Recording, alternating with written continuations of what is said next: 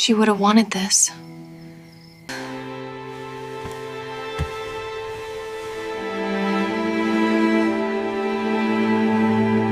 For 10 years, a lonely cowboy lived as a ghost, haunted by the memory of his dead wife. His life was a silent promise of loyalty, but that promise was shattered one night, when his wife's own sister walked into his room and voluntarily went to bed with him.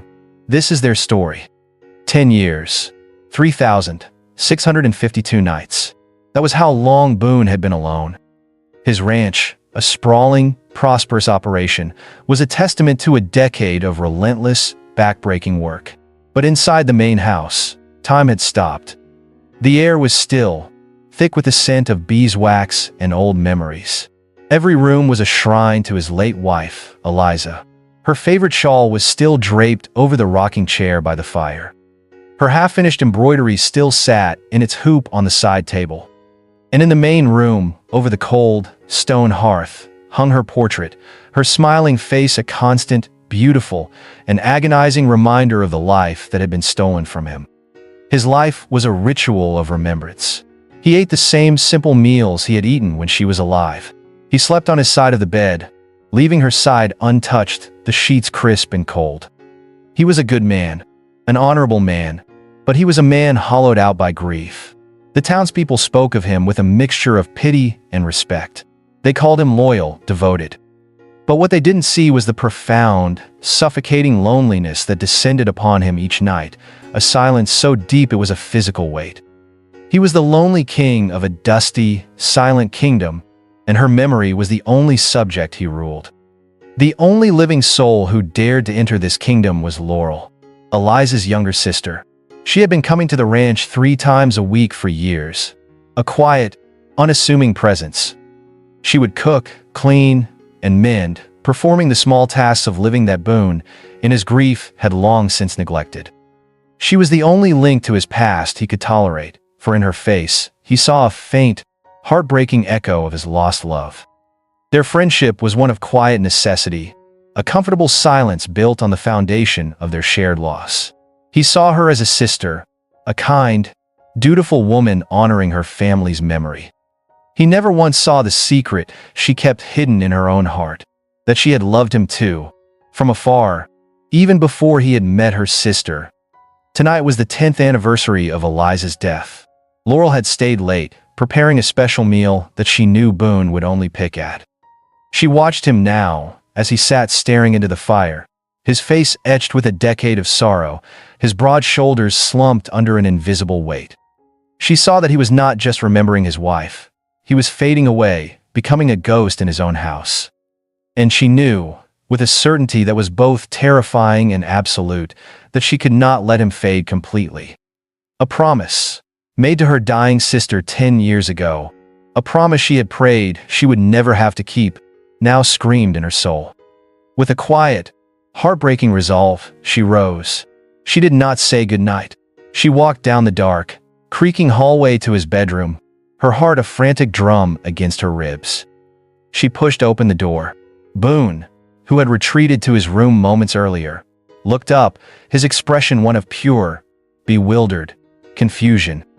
He saw her standing in the doorway, her face pale but determined in the moonlight. He started to ask what was wrong, but the words died in his throat as she slowly, deliberately closed the door behind her.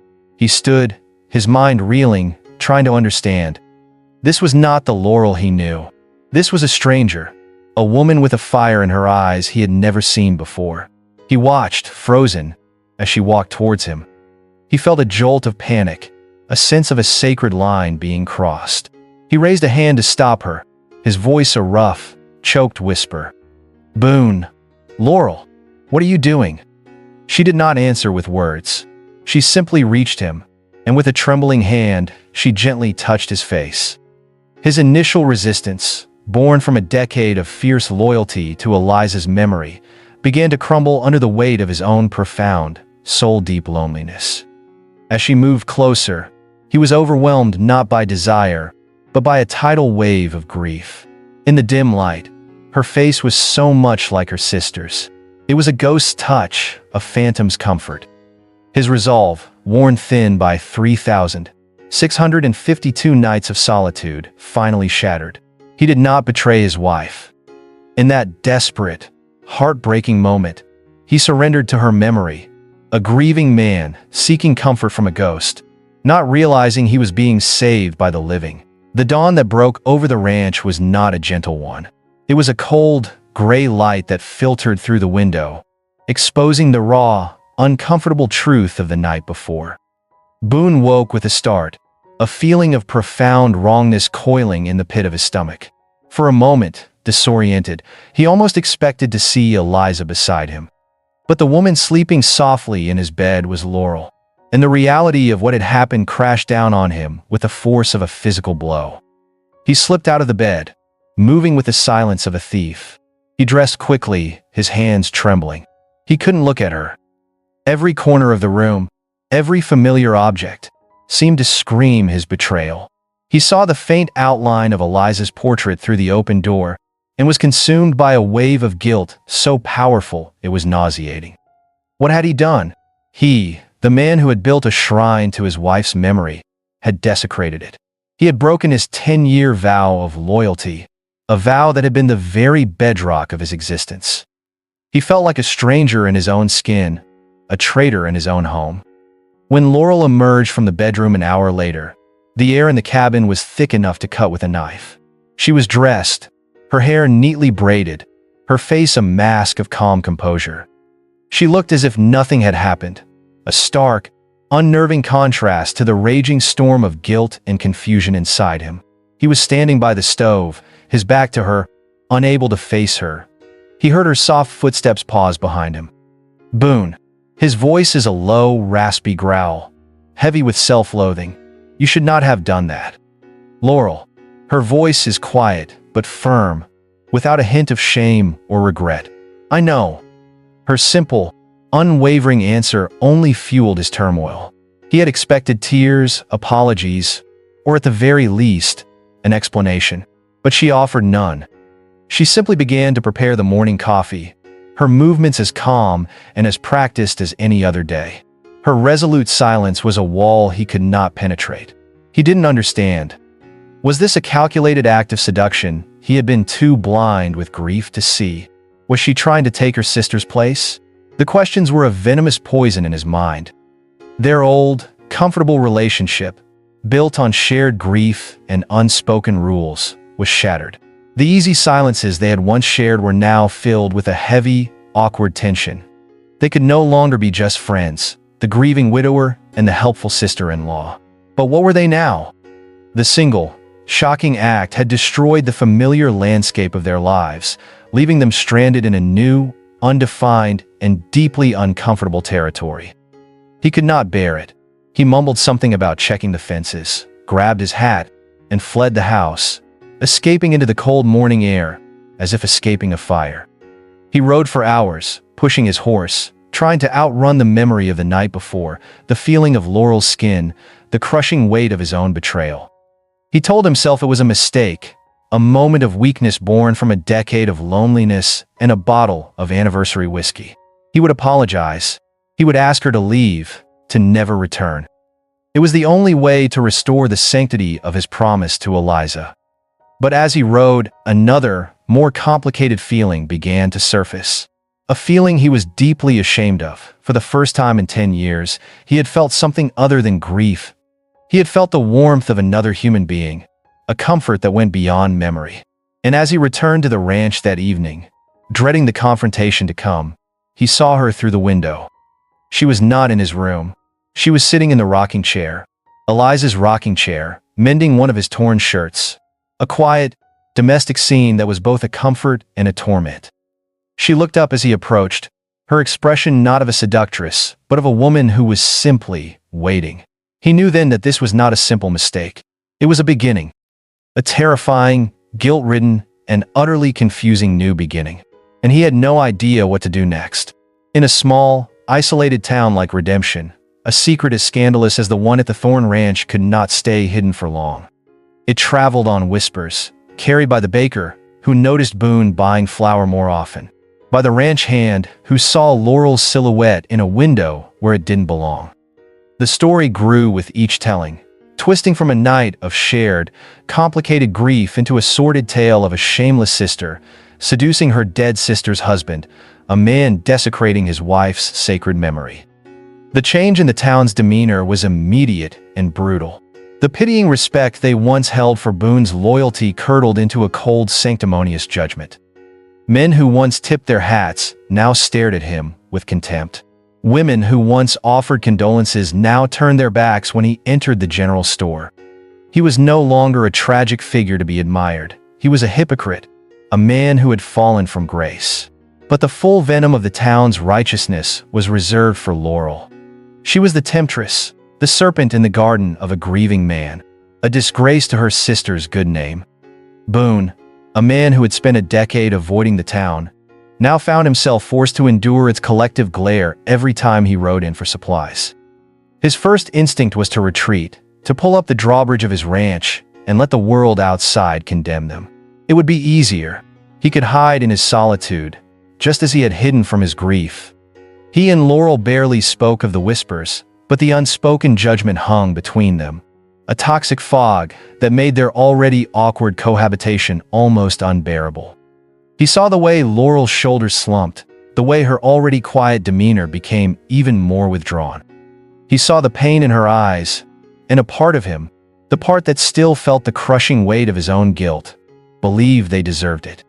The confrontation they had both been dreading came on a Sunday, right after the church service. Boone and Laurel were at the general store, a necessary trip they had put off for as long as possible. As they were leaving, they were cornered on the boardwalk by a formidable figure. Beatrice Miller, the preacher's wife, a woman who considered herself the town's moral gatekeeper. Mrs. Miller did not mince words. She stood before Laurel, her face a mask of righteous fury, and unleashed a torrent of thinly veiled accusations. She spoke of Eliza, of her purity, her piety, her sacred memory. And then she spoke of Laurel, her voice dripping with contempt, calling her a disgrace, a woman with no shame, who had preyed on a good man's grief to steal her own sister's life, her sister's home, her sister's husband. Laurel stood frozen, absorbing the verbal blows, her face pale, her eyes downcast. She did not defend herself. It was as if she believed every cruel word, as if she were accepting her righteous punishment. Boone stood beside her, his hand clenched into a fist, his entire being screaming at him to turn and walk away, to leave Laurel to face the judgment she had brought upon them. It was not his fight. He had never asked for this. But then, he looked at her. He saw not a temptress, but a woman, alone and defenseless, taking on the scorn of the entire world. And he realized, with a sudden, shocking clarity, that the town's judgment was not just aimed at her, it was aimed at them. They had become a single entity in the town's eyes. And in that moment, his loyalty, which had been so fiercely, so exclusively, devoted to the memory of his dead wife, made a seismic shift. This was the turning point. He stepped forward, placing himself slightly in front of Laurel, his body a shield. He looked directly at Mrs. Miller, his voice low, steady, and carrying a cold authority that made the preacher's wife take an involuntary step back. Boone. His voice is not angry, but it is cold and final, Mrs. Miller. What happens on my ranch, in my home, is my business. Laurel is a guest under my roof and under my protection. I will not have her, or her sister's memory, insulted by you or anyone else. Good day. He did not wait for a reply. He gently took Laurel's arm and led her through the stunned, silent crowd to their wagon. He had not explained. He had not apologized. He had simply, unequivocally, defended her. He had publicly drawn a line in the sand, placing himself on her side of it. As they rode out of town, the wall of silence between them was different. It was no longer a silence of guilt and awkwardness. It was the silence of a new, unexpected, and powerful alliance. He had finally chosen a side, and he had chosen the living. The ride back to the ranch was a silent one, but it was a silence unlike any they had shared before. Boone's public defense of her, his simple, unwavering act of protection, had been a thunderclap in the quiet storm of Laurel's guilt. He had stood by her, had claimed her as his own to protect, and in doing so, had given her a gift she had not felt in years, a sense of worth. She had come to his bed to save him, but in front of the entire town, he had, in his own way, saved her. That evening, the heavy, awkward tension that had filled the house for weeks was gone. In its place was a fragile, questioning intimacy. He had defended her without knowing why she had done what she did. Now, she knew she owed him the truth. After their quiet supper, as he sat staring into the fire, lost in thought, she walked to a small, worn traveling chest in her room, a chest that held the few remaining relics of her life before it was upended. From the very bottom, beneath a layer of old clothes, she retrieved a small, sealed envelope, its paper yellowed with age. She returned to the main room and stood before him, her heart pounding. This was the plot twist, the secret key to the past 10 years of both their lives. She held the letter out to him. "Laurel," her voice is a soft, trembling whisper, I think you need to read this. It's from Eliza. She wrote it the day before she died. She made me promise not to give it to you, unless certain conditions were met." Boone stared at the letter as if it were a ghost. His wife's handwriting, so familiar, so beloved, stared back at him from the faded ink. With trembling hands, he took the envelope, the brittle paper cool against his skin. He broke the seal, a seal that had remained unbroken for 10 years, and began to read. The letter was not a simple goodbye. It was a confession of his wife's deepest, most profound fear. She wrote of her love for him, a love so vast it filled every line. But she also wrote of his love for her, a love she described as a beautiful, magnificent, and terrifying fire. A fire so strong, she feared that if her own light were to be extinguished, it would consume him, leaving nothing but ash. She wrote of her premonition, a deep, unshakable feeling that her time was short, and she confessed her greatest fear for him, not that he would find another, but that he wouldn't. That he would turn his heart into a museum, that he would chain himself to her memory and live out his days in a prison of his own loyalty. "Your love is the greatest gift of my life," she had written. "Do not let it become your cage." And then came the final, shocking plea, a plea not to him, but to her sister. She made Laurel promise, a sacred, deathbed vow. If, after 10 years, he was still alone, still trapped in his grief, still a ghost in his own life, then Laurel was to do whatever it took to wake him up.